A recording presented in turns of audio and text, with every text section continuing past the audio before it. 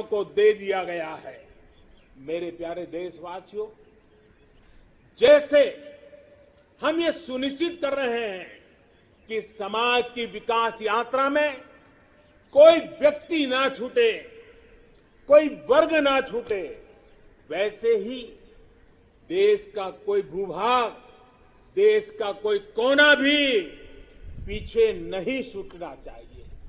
विकास सर्वांगी होना चाहिए, विकास सर्वस्पर्शी होना चाहिए, विकास सर्वसमावेशक होना चाहिए।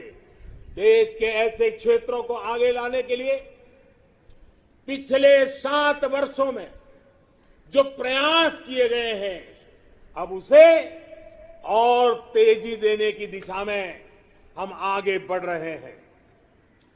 हमारा पूर्वी भारत, नॉर्थ ईस्ट, जम्मू कश्मीर, लद्दाख सहित पूरा हिमालय का क्षेत्र हो, हमारी कोस्टल बेल्ट या फिर आदिवासी अंचल हो, ये भविष्य में भारत के विकास का, भारत की विकास यात्रा का बहुत बड़ा आधार बनने वाले हैं। आज नॉर्थ ईस्ट में कनेक्टिविटी का नया इतिहास लिखा जा रहा है। ये कनेक्टिविटी दिलों की भी है और इंफ्रास्ट्रक्चर की भी है। बहुत जल्द नॉर्थ ईस्ट के सभी राज्यों की राजधानियों को रेल सेवा से जोड़ने का काम पूरा होने वाला है। एक्ट ईस्ट पॉलिसी के तहत आज नॉर्थ ईस्ट बांग्लादेश, म्यांमार और दक्षिण पूर्वी एशिया से भी कनेक्ट हो रहा है। बीते वर्षों में जो प्रयास हुए हैं, उसकी वजह से हम नॉर्थ ईस्ट में स्थायी शांति के लिए, श्रेष्ठ भारत के निर्माण के लिए उत्साह अनेक गुना बढ़ा हुआ है। नॉर्थ ईस्ट से वहां पर tourism, adventure sports, organic farming, herbal medicine, oil palm, इसका पोटेंशियल बहुत बड़ी मात्रा में है। हमें पूरी तरह इस पोटेंशियल को निखारना होगा, देश की विकास यात्रा का हिस्सा बनाना होगा और हमें ये काम अमृत काल के कुछ दशक में ही पूरा करना है। सभी के सामर्थ्य को उचित अवसर देना, यही लोकतंत्र की असली भावना है। जम्मू हो या कश्मीर, विकास का संतुलन अब जमीन पर दिख रहा है। जम्मू कश्मीर में ही डिलिमिटेशन कमीशन का गठन हो चुका है और भविष्य में विधानसभा चुनावों के लिए भी तैयारियां चल रही है। लद्दाख भी विकास की अपनी असीम संभावनाओं की तरफ आगे बढ़ चला है। एक तरफ लद्दाख आधुनिक इंफ्रास्ट्रक्चर का निर्माण होते देख रहा है, तो वहीं दूसरी तरफ सिंधु सेंट्रल यूनिवर्सिटी लद्दाख को उच्च शिक्षा का, हायर एजुकेशन का केंद्र भी बना रही है। 21वीं सदी के इस दशक में भारत ब्लू इकोनॉमी के अपने प्रयासों को और तेजी देगा। हमें एक्वा कल्चर के साथ साथ सीवीड की खेती में बने जो नई संभावना बन रही है, उन संभावनाओं का भी पूरा लाभ उठाना है। डीप ओशन मिशन समंदर की असीम संभावनाओं को तलाशने की हमारी महत्वाकांक्षा का प्रमाण है। जो खनिज संपदा समंदर के में छिपी हुई है, जो थर्मल एनर्जी समंदर के पानी में है, और वो देश के विकास को नई बुलंदी दे सकती है। देश के जिन जिलों के लिए ये माना गया था कि ये पीछे रह गए, हमने उनकी आकांक्षाओं को भी जगाया है। देश में 110 से अधिक आकांक्षी जिले, एस्पिरेशनल डिस्ट्रिक्ट जिलों में शिक्षा, स्वास्थ्य, पोषण, सड़क, रोजगार से जुड़ी योजनाओं को प्राथमिकता दी जा रही है। इनमें से अनेक जिले हमारे आदिवासी अंचल में हैं। हमने इन जिलों के बीच विकास की एक तंदुरुस्त स्पर्धा का एक उत्साह पैदा किया है। ये आकांक्षी जिले भारत के अन्य जिलों की बराबरी तक पहुंचे, उस दिशा में तेज स्पर्धा चल रही है। मेरे प्यारे देशवासियों, अर्थ जगत में पूंजीवाद और समाजवाद, इसकी चर्चा तो बहुत होती है, लेकिन भारत सहकारवाद पर भी बल देता है।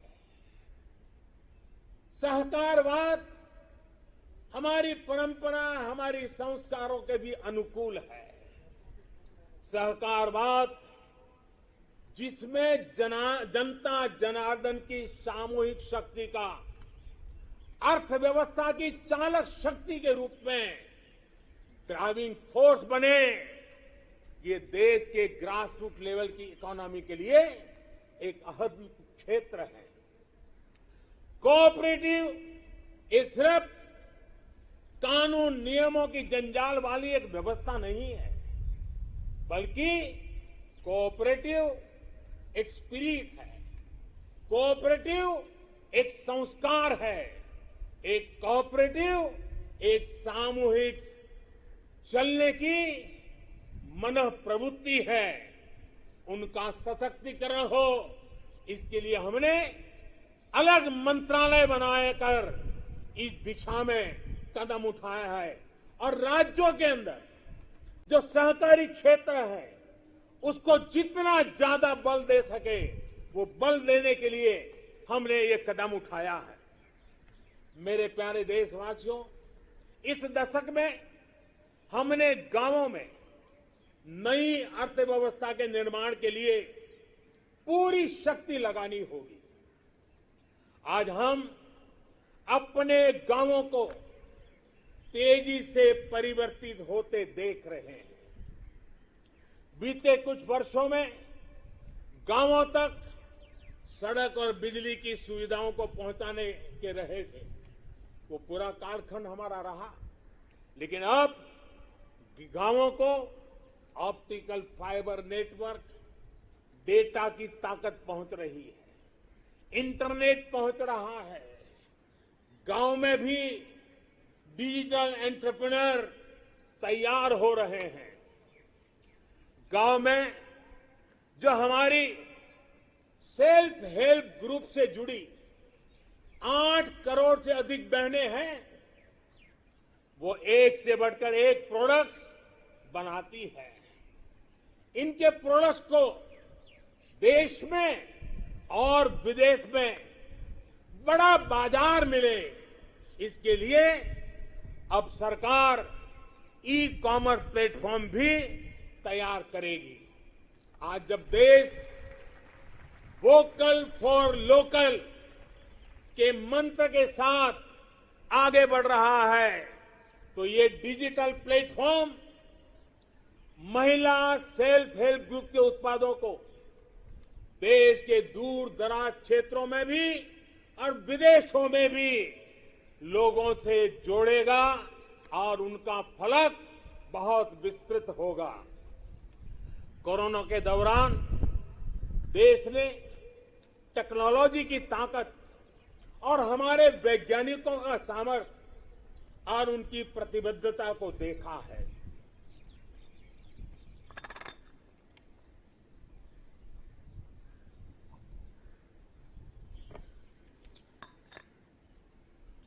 देश के हर क्षेत्र में हमारे वैज्ञानिक बहुत सूझबूझ से काम कर रहे हैं।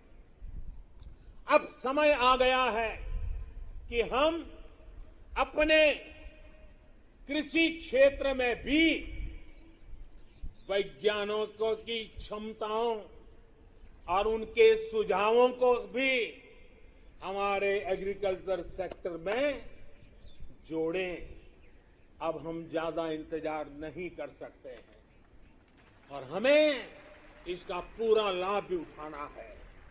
ये देश को खाद्य सुरक्षा देने के साथ फल, सब्जियां और अनाज का उत्पादन बढ़ाने में बहुत बड़ी मदद मिलेगी और हम विश्व तक पहुंचने के लिए अपने आप को मजबूती से आगे बढ़ाएंगे।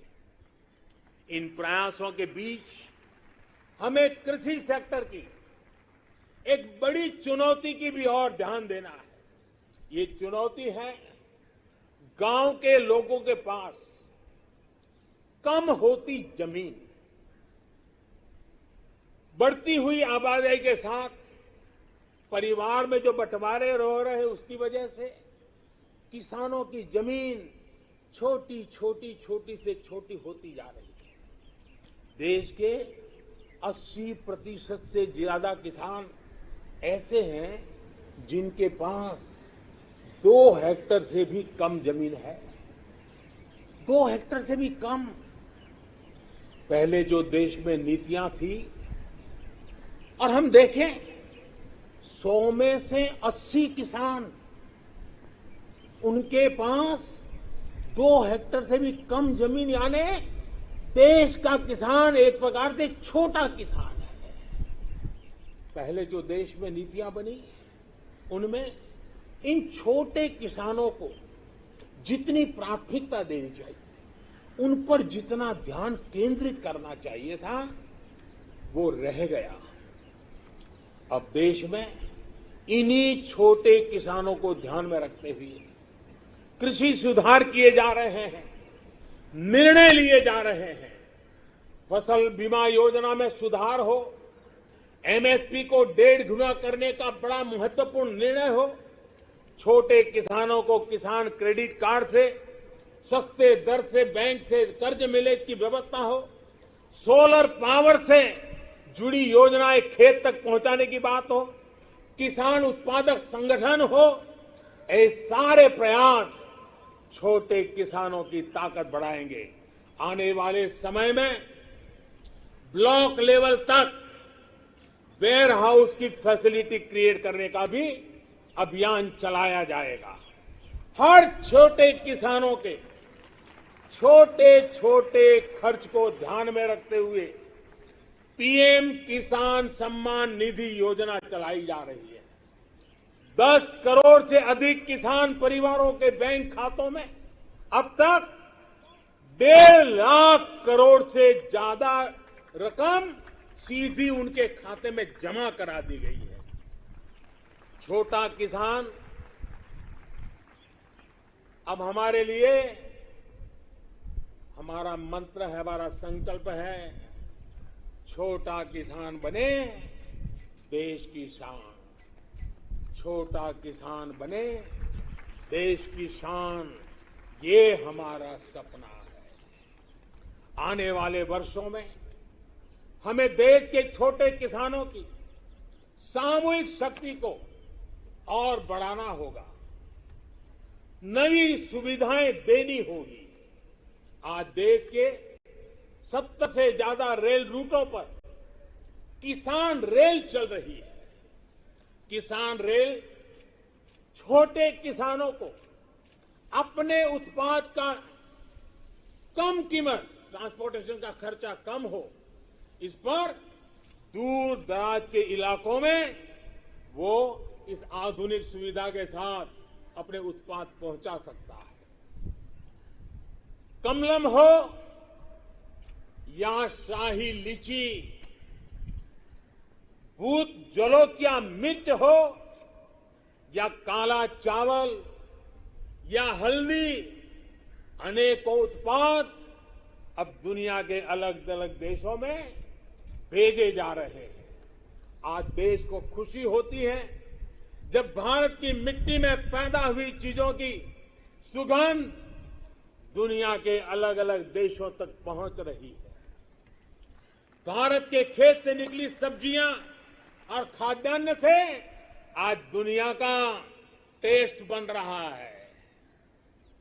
मेरे प्यारे देशवासियों, कैसे आज गांवों के सामर्थ्य को बढ़ाया जा रहा है, उसका एक उदाहरण है स्वामित्व योजना।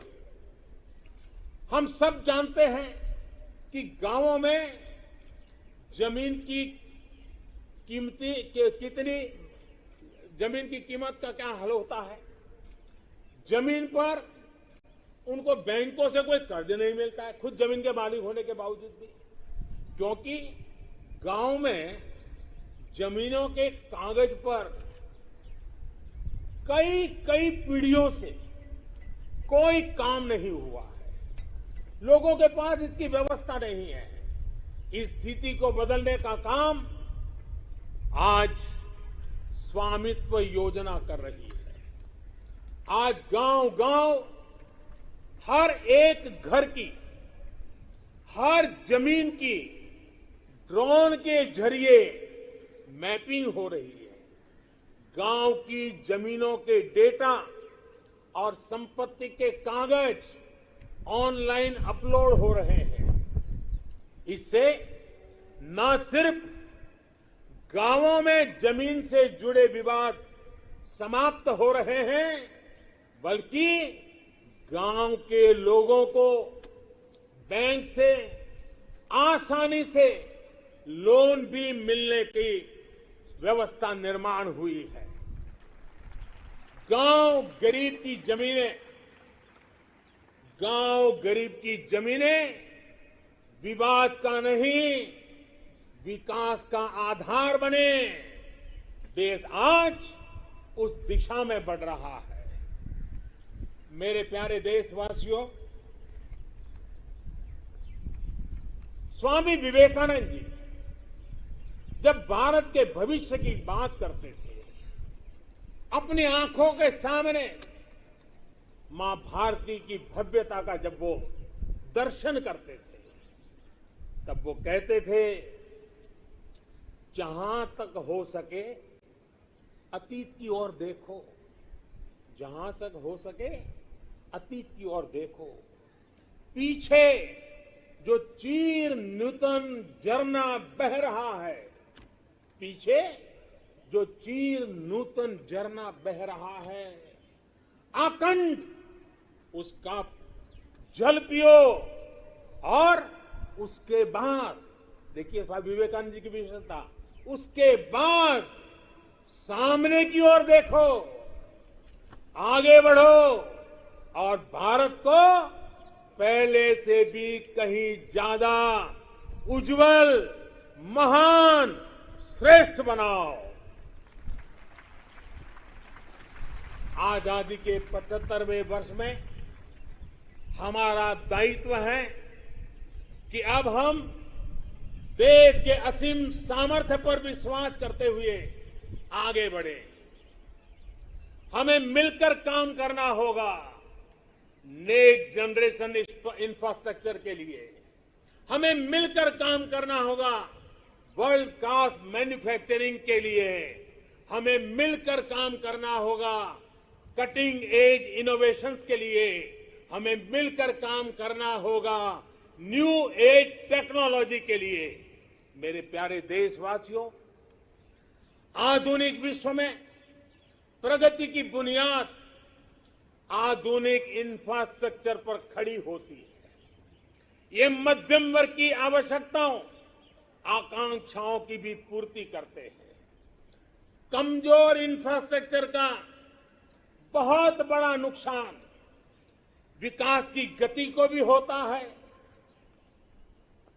शहरी मध्यम वर्ग को भी होता है।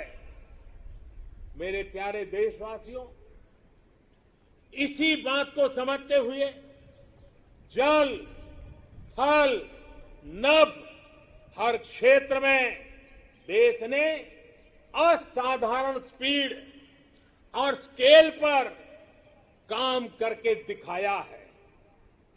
नए जलमार्ग, वाटरवेज हो, नए स्थानों को सी प्लेन से जोड़ना हो, देश में बहुत तेजी से काम चल रहा है।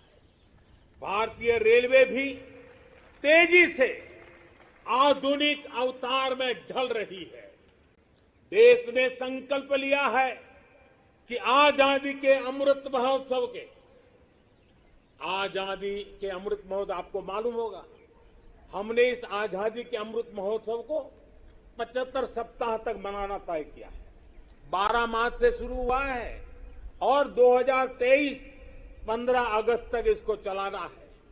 उत्साह भर से आगे बढ़ना है और इसलिए देश ने एक बहुत महत्वपूर्ण फैसला लिया है।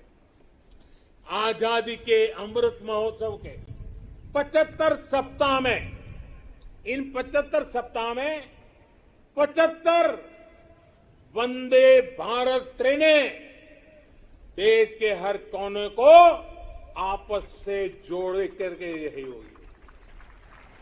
आज जिस गति से देश में नए एयरपोर्ट का निर्माण हो रहा है, उड़ान योजना दूर दराज के इलाकों को जोड़ रही है, यह अभूतपूर्व है। आज हम देख रहे हैं कि कैसे बेहतर एयर कनेक्टिविटी लोगों के सपनों को नई उड़ान देती है। मेरे प्यारे देशवासियों, भारत को आधुनिक इंफ्रास्ट्रक्चर के साथ ही इंफ्रास्ट्रक्चर निर्माण में होलिस्टिक अप्रोच, इंटीग्रेटेड अप्रोच अपनाने की बहुत जरूरत है। भारत आने वाले कुछ ही समय में प्रधानमंत्री गति शक्ति का नेशनल मास्टर प्लान, उसको देश के सामने करोड़ों देशवासियों को सपना करने वाली एक बहुत बड़ी योजना लेकर के हम आपके सामने आने वाले हैं, उसको लॉन्च करने वाले हैं। 100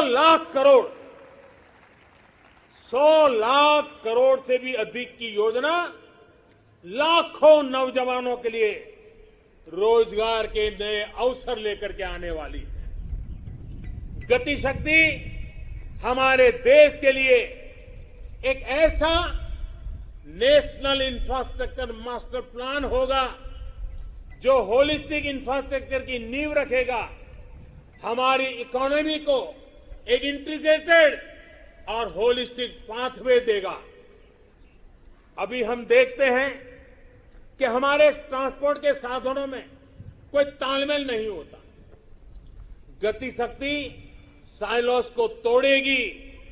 भविष्य के रास्ते से हम इन सब रोड़ों को, जितनी कठिनाइयां हैं, उनको हटाएगी।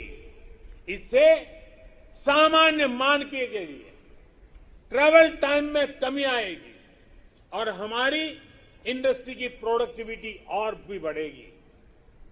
गति शक्ति हमारे लोकल मैन्युफैक्चरर्स को ग्लोबली कॉम्पिटिटिव करने में भी बहुत बड़ी मदद करेगी और इससे फ्यूचर इकोनॉमिक जोन्स के निर्माण की नई संभावनाएं भी विकसित होगी।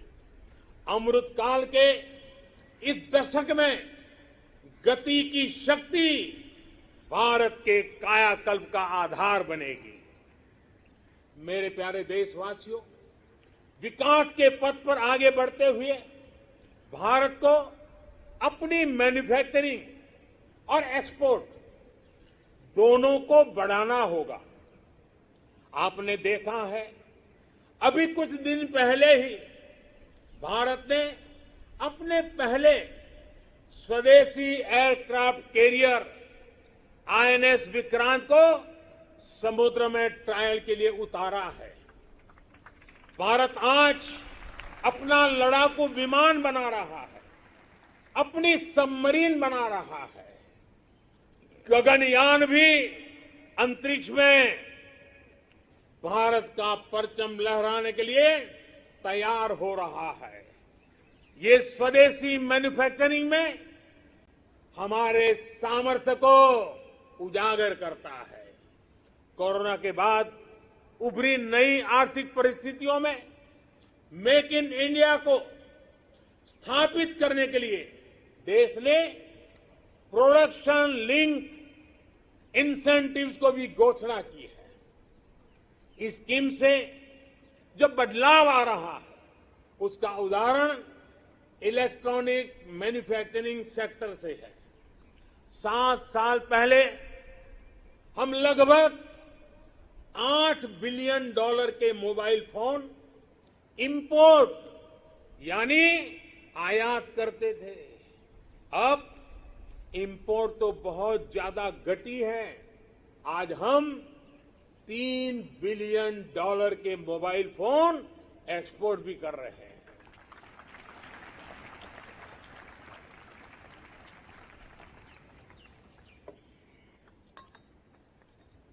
आज जब हमारे मैन्युफैक्चरिंग सेक्टर को गति मिल रही है तो हमें ये ध्यान रखना है कि हम भारत में जो बनाएं उसे हमें बेस्ट क्वालिटी के साथ ग्लोबल कंपटीशन में टिके और हो सके तो एक कदम आगे बढ़ें, ये तैयारी करनी है और ग्लोबल मार्केट को हमने टारगेट करना है। देश के सभी मैन्युफैक्चरर्स को मैं आग्रहपूर्वक कहना चाहूंगा, हमारे मैन्युफैक्चरर्स को इस बात को कभी नहीं भूलना होगा कि आप जो प्रोडक्ट बाहर बेचते हैं वो सिर्फ आपकी कंपनी के द्वारा बनाया हुआ सिर्फ एक पुर्जा नहीं है, एक प्रोडक्ट नहीं है। उसके साथ भारत की पहचान जुड़ी होती है, भारत की प्रतिष्ठा जुड़ी होती है, भारत के कोटि कोटि लोगों का विश्वास जुड़ा होता है। मेरे प्यारे देशवासियों, मैं इसलिए मैन्युफैक्चरर्स को कहता हूं, आपका हर एक प्रोडक्ट भारत का ब्रांड एम्बेसडर है। जब तक वो प्रोडक्ट इस्तेमाल में ले आया जाता रहेगा, उसे खरीदने वाला कहेगा, बड़े गर्व से कहेगा, सीना तान करके कहेगा, हाँ ये मेड इन इंडिया है। ये मिजाज चाहिए। अब आपके मन में दुनिया के मार्केट में छा जाने का सपना होना चाहिए। इस सपने को पूरा करने के लिए सरकार हर तरह से आपके साथ खड़ी है। मेरे प्यारे देशवासियों, आज देश के अलग अलग सेक्टर्स और देश के छोटे शहरों में भी, टियर 2, टियर 3 सिटीज में भी नए नए स्टार्टअप बन रहे हैं। उनकी भारतीय प्रोडक्ट्स को अंतर्राष्ट्रीय बाजार में जाने में बड़ी भूमिका भी है। सरकार अपने इन स्टार्टअप्स के साथ पूरी ताकत के साथ खड़ी है। उन्हें आर्थिक मदद देना हो, टैक्स में छूट देना हो, उनके लिए नियमों को सरल बनाना हो, सब कुछ किया जा रहा है। हमने देखा है कोरोना के इस कठिन काल में ही हजारों नए स्टार्टअप्स उभर करके आए हैं। बड़ी सफलता से वे आगे बढ़ रहे हैं। कल के स्टार्टअप आज के यूनिकॉर्न बन रहे हैं। इनकी मार्केट वैल्यू हजारों करोड़ रुपए तक पहुंच रही है। ये देश में नए प्रकार के वेल्थ क्रिएटर्स हैं। ये अपने यूनिक आइडियाज की शक्ति से अपने पैरों पर खड़े हो रहे हैं, आगे बढ़ रहे हैं और दुनिया को छा जाने का सपना लेकर के चल रहे हैं। इस दशक में भारत के स्टार्टअप इकोसिस्टम, इसको हम पूरी दुनिया में सर्वश्रेष्ठ बनाएं। हमें इस दिशा में काम करना है, हमें रुकना नहीं है। मेरे प्यारे देशवासियों, बड़े परिवर्तन लाने के लिए, बड़े रिफॉर्म के लिए राजनीतिक इच्छा शक्ति पॉलिटिकल विल की जरूरत होती है। आज दुनिया देख रही है कि भारत में राजनीतिक इच्छा शक्ति की कोई कमी नहीं है। रिफॉर्म्स को लागू करने के लिए गुड और स्मार्ट गवर्नेंस चाहिए। आज दुनिया इस बात की भी साक्षी है कि कैसे भारत अपने यहां गवर्नेंस का नया अध्याय लिख रहा है। अमृत काल के इस दशक में हम नेक्स्ट जनरेशन रिफॉर्म्स को, और उसमें हमारी प्राथमिकता होगी नागरिकों को जो कुछ मिलना चाहिए, जो सर्विस डिलीवरी है वो लास्ट माइल तक, लास्ट व्यक्ति तक सीमलेसली, बिना झिझक, बिना कठिनाई से उसको पहुंचे। देश के समग्र विकास के लिए लोगों के जीवन में सरकार और सरकारी प्रक्रियाओं का बेवजह दखल समाप्त करना ही होगा। पहले के समय सरकार खुद ही ड्राइविंग सीट पर बैठ गई थी। ये उस समय की शायद मांग रही होगी, लेकिन अब समय बदल चुका है।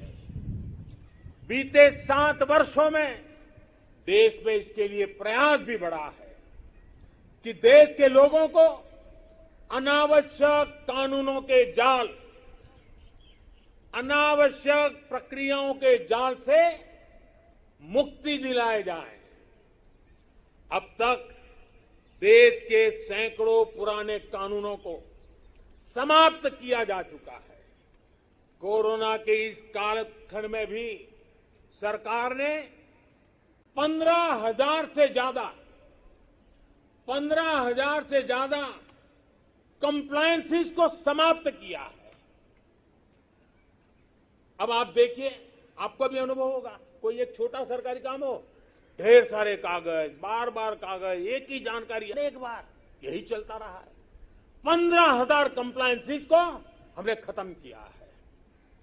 आप सोचिए, 200 साल पहले, एक उदाहरण मैं देना चाहता हूं, 200 साल पहले हमारे यहां एक कानून चला आ रहा है। 200 साल यानी 1857 से भी पहले से, जिसकी वजह से देश के नागरिक को मैपिंग यानी नक्शा बनाने की स्वतंत्रता नहीं थी। अब विचार कीजिए, 1857 से चल रहा है। नक्शा बनाना है तो सरकार को पूछिए, नक्शा किसी किताब में छापना है तो सरकार से पूछिए, नक्शा खो जाने पर गिरफ्तारी का भी उसमें प्रावधान है। आजकल हर फोन में मैप का ऐप है। सैटेलाइट की इतनी ताकत है कि फिर ऐसे कानूनों का बोझ सिर पर लेकर देश को आगे कैसे बढ़ाएंगे हम। कंप्लायंसेस का ये बोझ उतरना बहुत जरूरी है।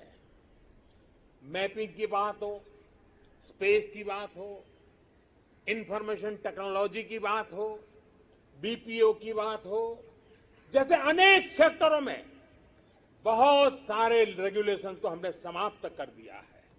मेरे प्यारे देशवासियों, बेवजह कानूनों की जकड़ से मुक्ति, ईज ऑफ लिविंग, साथ साथ ईज ऑफ डूइंग बिजनेस, दोनों के लिए बहुत ही जरूरी है। हमारे देश के उद्योग और व्यापार आज इस बदलाव को महसूस कर रहे हैं। आज दर्जनों श्रम कानून सिर्फ 4 कोड में समा चुके हैं। टैक्स से जुड़ी व्यवस्थाओं को भी अब आसान और फेसलेस किया गया है। इस तरह के रिफॉर्म सिर्फ सरकार तक सीमित ना रहे, बल्कि ग्राम पंचायत और नगर निगमों, नगर पालिकाओं तक पहुंचे। इस पर देश की हर व्यवस्था को मिलकर के काम करना होगा। मैं जो आह्वान कर रहा हूं और बड़े आग्रह से कर रहा हूं, केंद्र हो या राज्य, सभी के विभागों से मैं कह रहा हूं, सभी सरकारी कार्यालयों से कह रहा हूं, अपने यहां नियमों प्रक्रियाओं की समीक्षा का अभियान चलाइए। हर वो नियम, हर वो प्रक्रिया जो देश के लोगों के सामने बाधा बनकर, बोझ बनकर खड़ी हुई है, उसे हमें दूर करना ही होगा। मुझे पता है जो ये 70-75 साल में जमा हुआ है वो एक दिन में या एक साल में नहीं जाएगा, लेकिन मन बनाकर काम शुरू करेंगे तो हम ऐसा जरूर कर पाएंगे। मेरे प्यारे देशवासियों, इसी सोच के साथ सरकार ने ब्यूरोक्रेसी में पीपल सेंट्रिक अप्रोच बढ़ाने, एफिशिएंसी बढ़ाने के लिए सरकार ने मिशन कर्मयोगी और कैपेसिटी बिल्डिंग कमीशन की शुरुआत भी की है। मेरे प्यारे देशवासियों, कौशल और सामर्थ्य से भरे अपनी मिट्टी के लिए कुछ कर गुजरने की भावना से भरे नौजवानों को तैयार करने में बड़ी भूमिका होती है। किसकी होती है? बड़ी भूमिका होती है हमारी शिक्षा की, हमारी शिक्षा व्यवस्था की, हमारी शिक्षा परंपरा की। आज देश के पास 21वीं सदी की जरूरतों को पूरा करने वाली नई राष्ट्रीय शिक्षा नीति भी है। अब हमारे बच्चे ना कौशल की कमी के कारण रुकेंगे और ना ही भाषा की सीमा में बंधेगी। दुर्भाग्य से हमारे देश में भाषा को लेकर एक बड़ा विभाजन पैदा हो गया है। भाषा की वजह से हमने देश के बहुत बड़े टैलेंट को पिंजरे में बांध दिया है। मातृभाषा में होनहार लोग मिल सकते हैं, मातृभाषा में पढ़े हुए लोग आगे आएंगे तो उनका आत्मविश्वास और बढ़ेगा। जब गरीब की बेटी, गरीब का बेटा मातृभाषा में पढ़कर प्रोफेशनल बनेंगे तो उनके सामर्थ्य के साथ न्याय होगा। नई राष्ट्रीय शिक्षा नीति में गरीबी के खिलाफ लड़ाई का साधन भाषा है, ऐसा मैं मानता हूं। ये नई राष्ट्रीय शिक्षा नीति भी एक प्रकार से गरीबी के खिलाफ लड़ाई का एक बहुत बड़ा शस्त्र बनकर के काम आने वाला है। गरीबी से जंग जीतने का आधार भी मातृभाषा की शिक्षा है, मातृभाषा की प्रतिष्ठा है, मातृभाषा का महात्म्य है। देश ने देखा है खेल के मैदान में, और हम अनुभव कर रहे हैं, खेल के मैदान में भाषा रुकावट नहीं बनी और उसका परिणाम देखा है कि युवा हमारे खिलने लगे हैं, खेल भी रहे हैं, खिल भी रहे हैं। अब ऐसा ही जीवन के अन्य मैदानों में भी होगा। नई राष्ट्रीय शिक्षा नीति, उसकी एक और विशेष बात है, इसमें स्पोर्ट्स को एक्स्ट्रा करिकुलर के जगह मेन स्ट्रीम पढ़ाई का हिस्सा बनाया गया है। जीवन को आगे बढ़ाने में जो भी प्रभावी माध्यम है उनमें एक स्पोर्ट्स भी है। जीवन में संपूर्णता के लिए जीवन में खेलकूद होना, स्पोर्ट्स होना बहुत आवश्यक है। एक समय था जब खेलकूद की मुख्य धारा नहीं समझा जाता था। मां बाप भी बच्चों से कहते थे कि खेलते ही रहोगे तो जीवन बर्बाद कर लोगे। अब देश में फिटनेस को लेकर, स्पोर्ट्स को लेकर एक जागरूकता आई है। 2018వ సంవత్సరంలో AP police head quarters Mangalagiri వద్ద గౌరవనీయులైన భారత ఉపరాష్ట్రపతి గారికి సమన్ గార్డ్ కమాండర్ గా విధులు నిర్వహించారు. గౌరవనీయులైన సుప్రీంకోర్టు ప్రధాన న్యాయమూర్తి గారికి इसलिए आज देश में खेलों में टैलेंट, टेक्नोलॉजी और प्रोफेशनलिज्म लाने के जो अभियान चल रहा है, इस दशक में हमें उसे और तेज करना है और व्यापक करना है।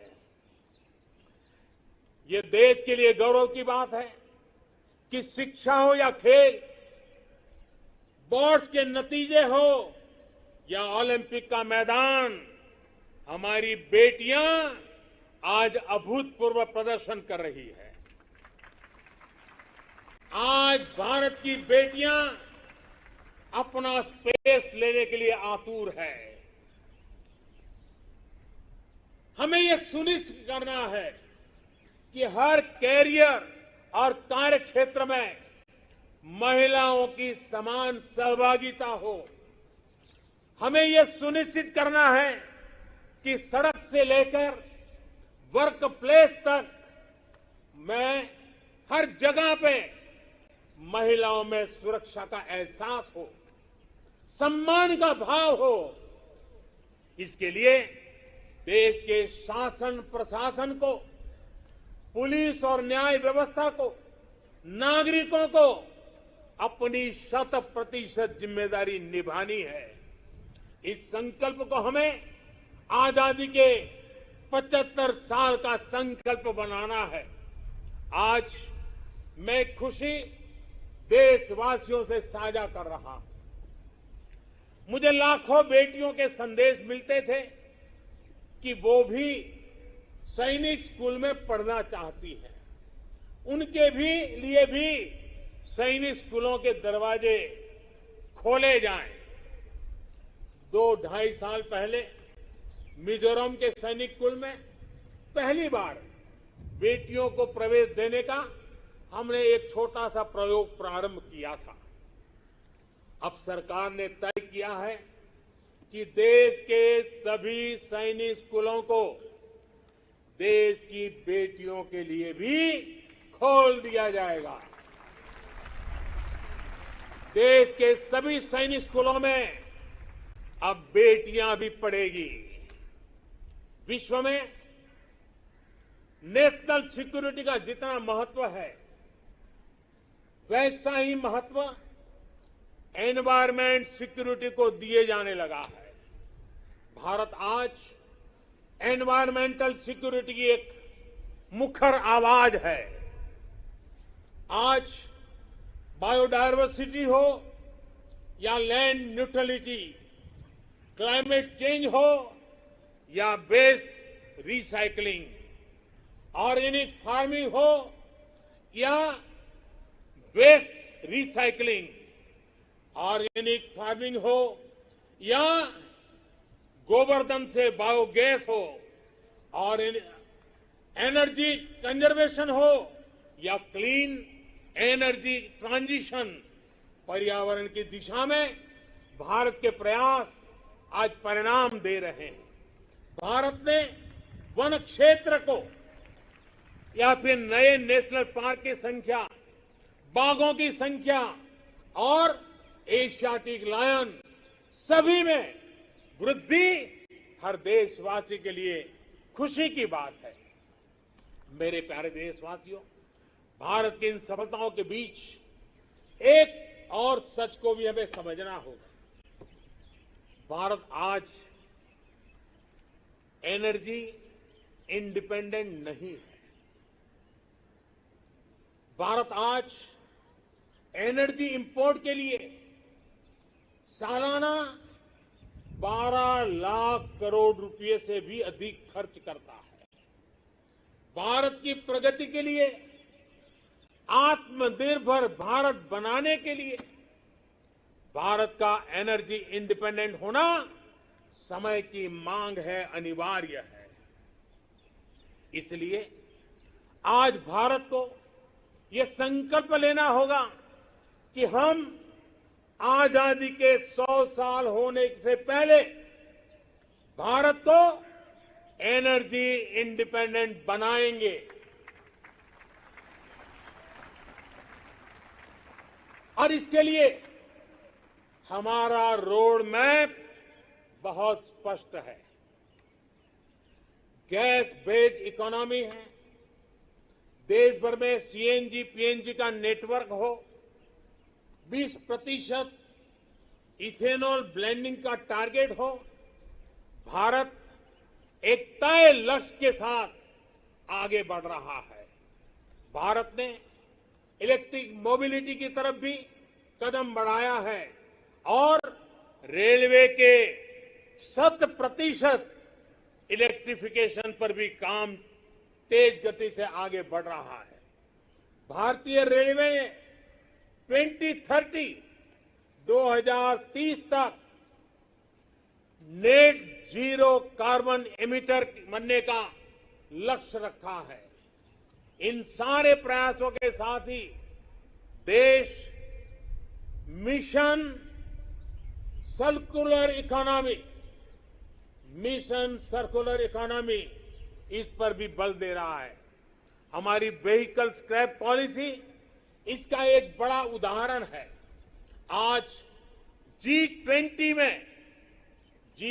के जो देशों का समूह है, उसमें भारत एकमात्र देश ऐसा है जो अपने क्लाइमेट गोल्स को प्राप्त करने की दिशा में तेजी से आगे बढ़ रहा है।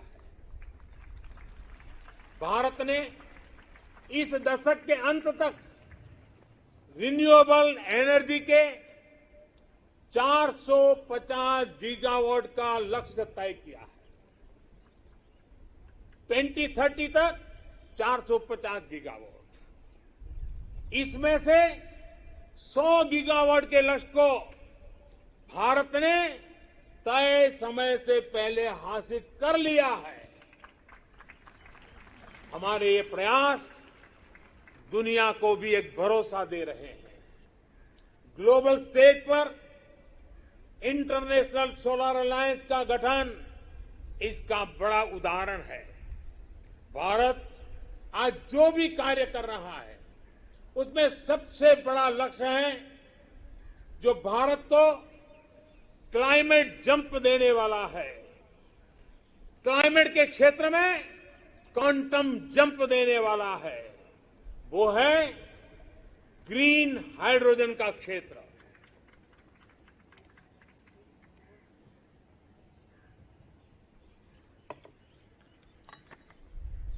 ग्रीन हाइड्रोजन के क्षेत्र के लक्ष्य की प्राप्ति के लिए मैं आज इस तिरंगे की साक्षी में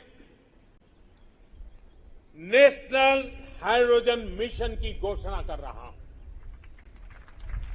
अमृतकाल में हमें भारत को ग्रीन हाइड्रोजन के प्रोडक्शन और एक्सपोर्ट का ग्लोबल हब बनाना है। ये ऊर्जा के क्षेत्र में भारत की एक नई प्रगति उसको आत्मनिर्भर बढ़ाएगा और पूरे विश्व में क्लीन एनर्जी ट्रांजिशन की नई प्रेरणा भी बनेगा। ग्रीन ग्रोथ से ग्रीन जॉब के नए नए अवसर हमारे युवाओं के लिए, हमारे स्टार्टअप के लिए आज दस्तक दे रहे हैं। मेरे प्यारे देशवासियों, 21वीं सदी का आज का भारत बड़े लक्ष्य गढ़ने और उन्हें प्राप्त करने का सामर्थ्य रखता है। आज भारत उन विषयों को भी हल कर रहा है जिनके सुलझाने में दशकों से, सदियों से इंतजार था। आर्टिकल 370 को बदलने का ऐतिहासिक फैसला हो, देश को टैक्स के जाल से मुक्ति दिलाने वाली व्यवस्था, जीएसटी हो, हमारे फौजी साथियों के लिए वन रैंक वन पेंशन का निर्णय हो, राम जन्मभूमि केस का शांतिपूर्ण समाधान, ये सब हमने बीते कुछ वर्षों में सच होते देखा है। त्रिपुरा में दशकों बाद ब्रू रियांग समझौता होना हो, ओबीसी कमीशन को संवैधानिक दर्जा देना हो, या फिर जम्मू कश्मीर में आजादी के पहली बार बीडीसी और डीडीसी चुनाव, भारत की संकल्प शक्ति लगातार सिद्ध कर रहा है। आज कोरोना के इस दौर में भारत में रिकॉर्ड विदेशी निवेश आ रहा है। भारत का विदेशी मुद्रा भंडार भी अब तक के सबसे ऊंचे स्तर पर है। सर्जिकल स्ट्राइक और एयर स्ट्राइक करके भारत ने देश के दुश्मनों को नए भारत के सामर्थ्य का संदेश भी दे दिया है। ये बताता है कि भारत बदल रहा है, भारत बदल सकता है। भारत कठिन से कठिन फैसले भी ले सकता है और कड़े से कड़े फैसले लेने में भी भारत झिझकता नहीं है, रुकता नहीं है। मेरे प्यारे देशवासियों, सेकंड वर्ल्ड वॉर के बाद, द्वितीय विश्व युद्ध के बाद वैश्विक संबंधों का स्वरूप बदल गया। कोरोना के बाद भी पोस्ट कोरोना नए वर्ल्ड ऑर्डर की संभावना है। कोरोना के दौरान दुनिया ने भारत के प्रयासों को देखा भी है और सराहा भी है। आज दुनिया भारत को एक नई दृष्टि से देख रही है। इस दृष्टि के दो महत्वपूर्ण पहलू हैं। एक आतंकवाद और दूसरा विस्तारवाद। भारत इन दोनों ही चुनौतियों से लड़ रहा है और सधे हुए तरीके से बड़ी हिम्मत के साथ जवाब भी दे रहा है। हम भारत अपने दायित्वों को सही तरीके से निभा पाए, इसके लिए हमारी रक्षा तैयारों को भी उतना ही सदृढ़ रहना होगा। रक्षा के क्षेत्र में देश को आत्मनिर्भर बनाने, भारत की कंपनियों को प्रोत्साहित करने के लिए, हमारे मेहनती उद्यमियों को नए अवसर उपलब्ध कराने के लिए हमारे प्रयास निरंतर जारी हैं।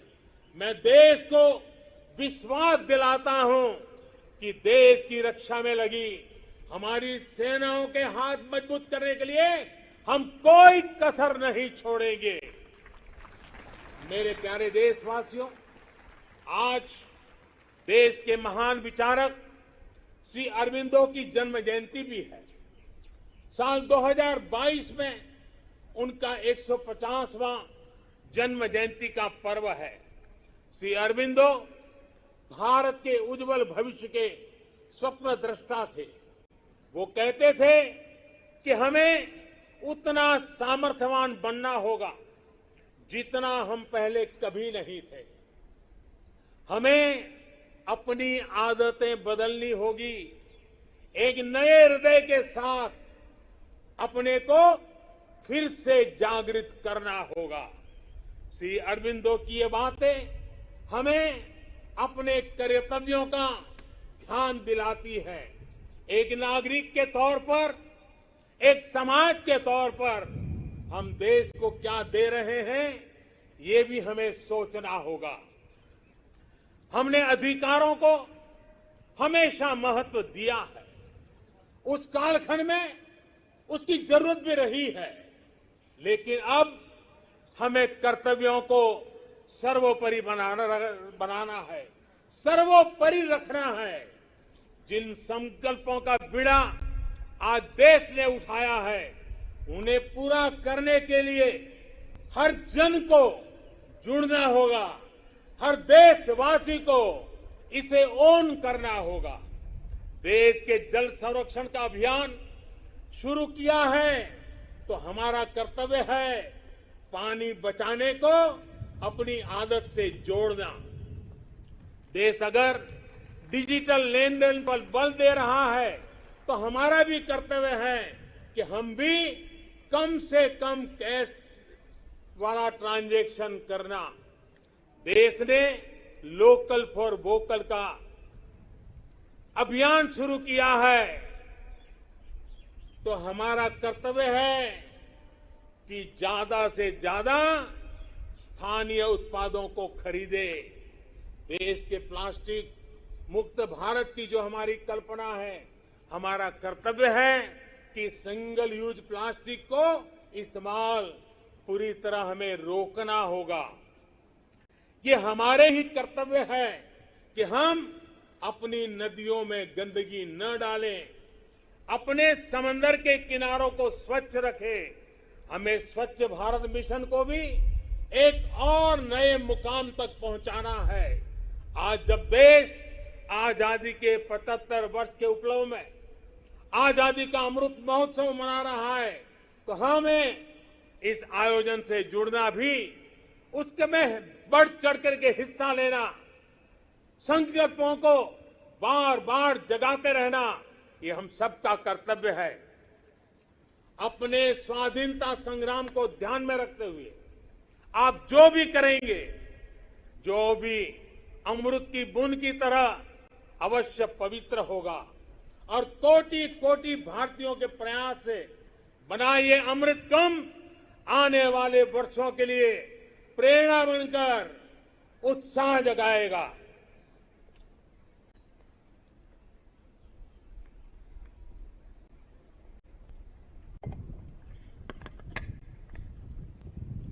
मेरे प्यारे देशवासियों, मैं भविष्य दृष्टा नहीं हूं, मैं कर्म के फल पर विश्वास करता हूं। मेरा विश्वास है मेरे देश के युवाओं पर, मेरा विश्वास है देश की बहनों पर, देश की बेटियों पर, देश के किसानों पर, देश के प्रोफेशनल्स पर। ये कैन डू जनरेशन है, कैन डू जनरेशन है। ये हर लक्ष्य हासिल कर सकती है। मुझे विश्वास है कि जब 2047 आजादी का स्वर्णिम उत्सव, आजादी के 100 साल होंगे, जो भी प्रधानमंत्री होगा, आज से 25 साल के बाद जो भी प्रधानमंत्री होंगे, वो जब झंडारोहण करते होंगे, तो मैं आज विश्वास से कहता हूं, वो अपने भाषण में जिन सिद्धियों का वर्णन करेंगे, वो सिद्धियां वही होगी जो आज देश संकल्प कर रहा है। ये मेरा विजय का विश्वास है। आज मैं जो संकल्प रूप में बोल रहा हूं, वो 25 साल के बाद जो भी ध्वजारोहण करते होंगे, वे सिद्धि के रूप में बोलेंगे। देश सिद्धि के रूप में उसका गौरव गान करता होगा। जो आज देश के युवा हैं, वो उस समय भी देखेंगे कि देश ने कैसे ये कमाल करके दिखाया है। 21वीं सदी में भारत के सपनों और आकांक्षाओं को पूरा करने से कोई भी बाधा अब हमें रोक नहीं सकती। हमारी ताकत हमारी जीवटता है, हमारी ताकत हमारी एकजुटता है, हमारी प्राण शक्ति राष्ट्र प्रथम, सदैव प्रथम की भावना है। ये समय है साझा स्वप्न देखने का, ये समय है साझा संकल्प करने का, ये समय है साझा प्रयत्न करने का, और यही समय है हम विजय की ओर बढ़ चले। और इसलिए मैं फिर कहता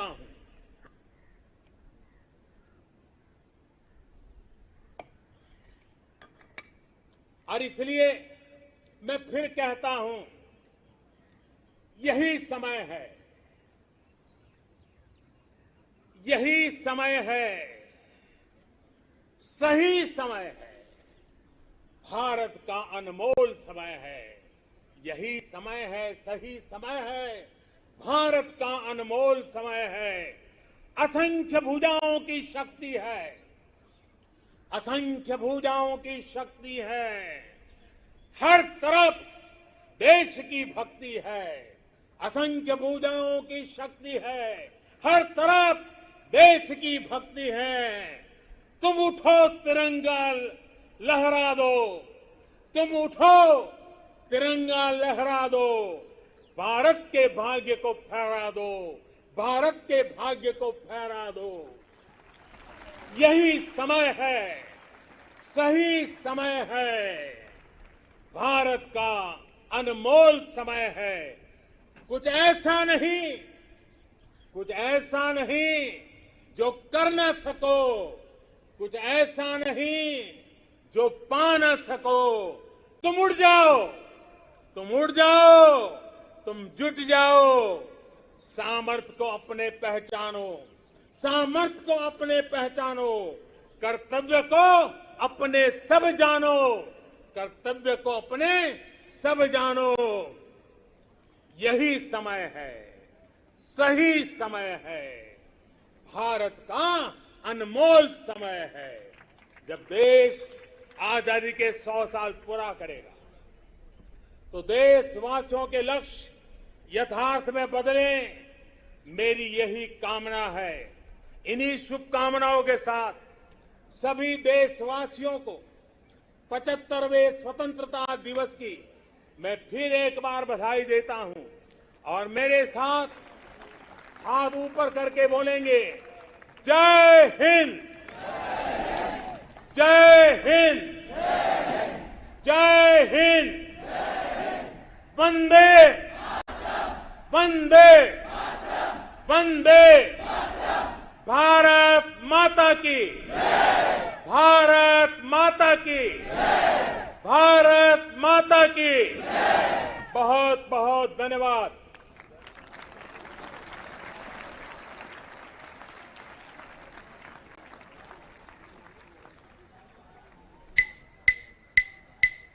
जय